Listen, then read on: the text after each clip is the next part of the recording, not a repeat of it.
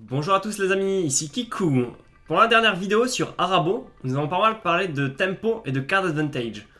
Aujourd'hui, suite à des demandes, nous allons prendre le temps de détailler ces deux concepts. Beaucoup de gens les présentent séparément, je fais le choix de les présenter en même temps car les deux sont intimement liés.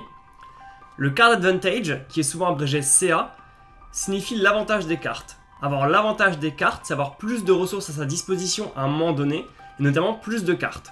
Si je joue une carte qui m'en fait piocher 2, j'ai gagné une carte dans l'opération, j'ai généré de l'avantage des cartes. Le tempo, c'est un peu plus difficile à expliquer. Il y a trois aspects principaux. Le rythme auquel on se développe, l'avantage qu'on prend sur la table vient de notre nombre de menaces ou leur taille, et l'avantage que l'on prend à la course au point de vie. Une partie de Magic, c'est une course au point de vie. Le tempo est la capacité à avoir un meilleur rythme que l'adversaire, à prendre de vitesse à la course. Le tempo et le card advantage sont considérés comme les plus gros indicateurs pour savoir qui a l'avantage dans une partie de Magic. Le gagnant d'une partie est généralement le joueur qui a le mieux réussi à optimiser son tempo et son CA en créant et en jouant son deck. On va prendre quelques exemples avec des cartes simples pour clarifier ces notions. Si je fais tour 1 un cadet impatient et tour 2 un grizzly, et que mon adversaire se contente de jouer des terrains au tour 1 et 2, on est en train de mieux rentabiliser nos ressources que lui et de prendre l'avantage sur la table. Second exemple. Mon adversaire fait tour 2 Grizzly et je fais tour 2 Lion des Savanes et une désinvocation. Pour le même nombre de mana, j'ai effectivement une créature sur la table et pas lui. J'ai l'avantage sur la table.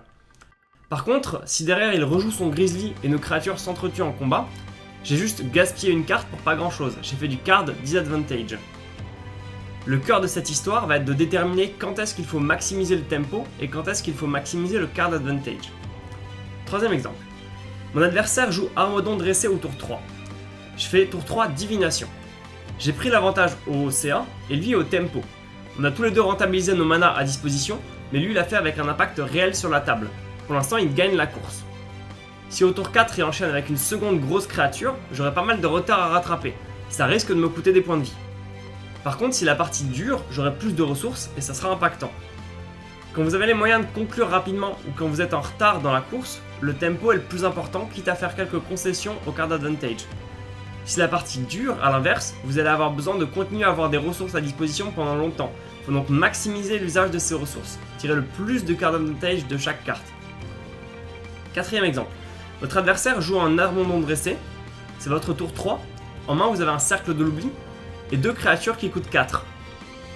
L'Armodon n'est pas très inquiétant, donc vous avez peut-être envie de garder votre cercle pour une cible plus juteuse plus tard.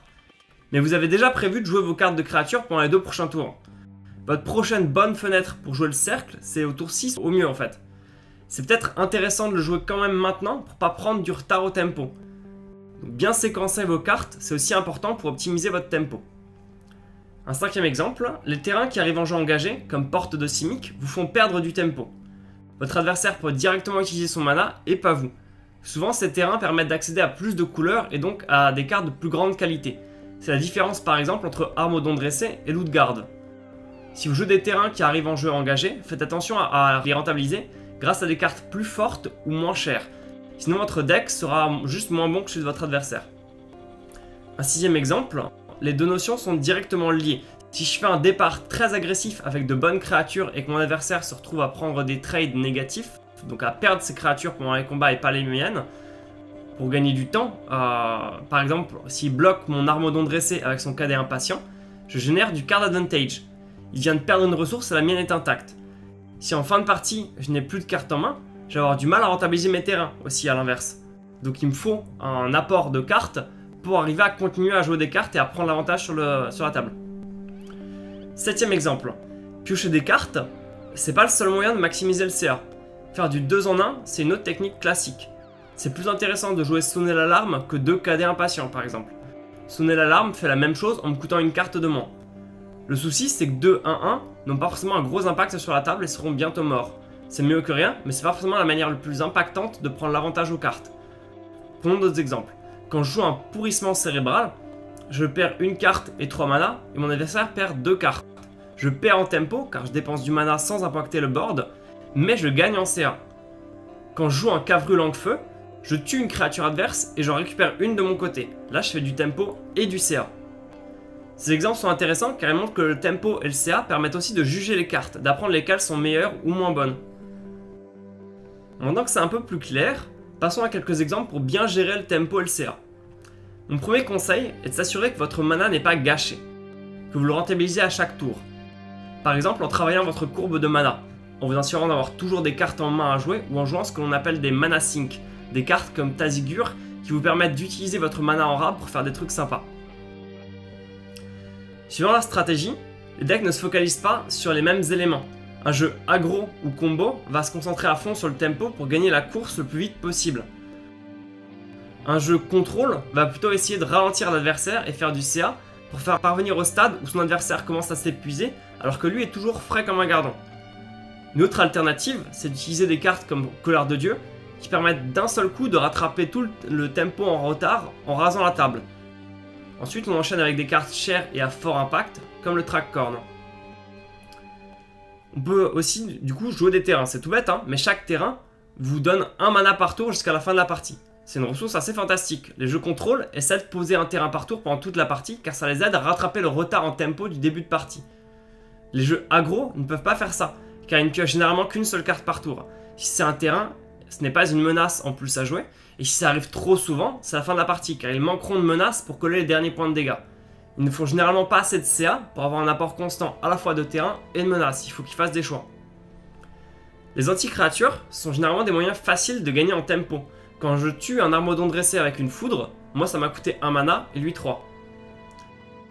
Un bon indicateur que vous n'êtes pas suffisamment bon au tempo, c'est quand vous perdez la partie alors qu'il vous reste plein de cartes actives en main. A l'inverse, un bon indicateur que vous n'êtes pas suffisamment bon au CA, c'est si vous perdez faute d'avoir des cartes à jouer pour vous en sortir. Les jeux agressifs, ou dits all-in, ont tendance à oublier le CA pour maximiser uniquement le tempo. C'est un réel risque qu'ils prennent, quoi qu'il arrive en 15 minutes c'est fini. Soit ils sont allés trop vite pour leur adversaire, soit ils ont perdu, ils ont plus de ressources. Beaucoup de gens préfèrent jouer des jeux équilibrés qui peuvent jouer sur les deux tableaux. Il faut voir aussi que jouer des cartes ne suffit pas, il faut aussi qu'elles soient impactantes. Si je paye 6 pour une opportunité, j'ai gagné 3 cartes dans l'opération, c'est cool, mais pour l'instant ça n'a pas impacté la partie. Si mon adversaire a l'avantage sur la table et qu'il utilise ses 6 mana pour pousser cet avantage, je vais pas forcément trouver ça drôle. Par contre, si je joue une carcasse mécanique torrentielle qui m'autorise à jouer gratuitement une opportunité du cimetière, là c'est la fête. Je mets un énorme ton sur la table et je pioche plein de cartes. Je joue sur les deux tableaux, tempo et CA. C'est le même principe avec l'elfonate sanguillonnante qui est bannie en moderne. Jouer sur les deux tableaux, c'est très fort. Il y a un autre concept qui est intéressant, c'est l'initiative. Si j'ai l'avantage au board que je mène l'agression, j'ai l'initiative. C'est moi qui dicte le tempo de la partie, qui force mon adversaire à défendre et à essayer de me rattraper. Je n'ai pas trop à m'inquiéter de mes points de vie ou à protéger mes arpenteurs, vu que c'est moi qui attaque. Si je passe un tour à faire du CA au lieu de consolider ma position, c'est pas forcément dramatique. A l'inverse, mon adversaire doit bien faire attention à ses points de vie, à ses arpenteurs, choisir comment est-ce qu'il bloque, se creuser la tête pour revenir sur le board. Donc avoir l'initiative, c'est une position assez confortable. C'est pour ça que beaucoup de joueurs de contrôle disent que jouer aggro c'est facile. Parce que eux ils se sentent en position très inconfortable, vu qu'ils n'ont pas l'initiative, et ils ont l'impression que leur adversaire se balade sans effort. C'est donc important en tant que joueur de contrôle d'apprendre à construire son deck et jouer de manière à récupérer l'initiative à un certain stade. C'est même le principe des decks dits tap out ou rampants. Assez rapidement, on arrête de jouer purement sur la défensive et on joue de grosses cartes très impactantes pour reprendre l'avantage sur la table. Voilà, c'est déjà pas mal de matière pour une seule vidéo. Si vous avez des questions ou des commentaires, n'hésitez pas à les partager en commentaire sur YouTube ou sur les forums ou réseaux sociaux. Et en attendant, salut à tous et à bientôt!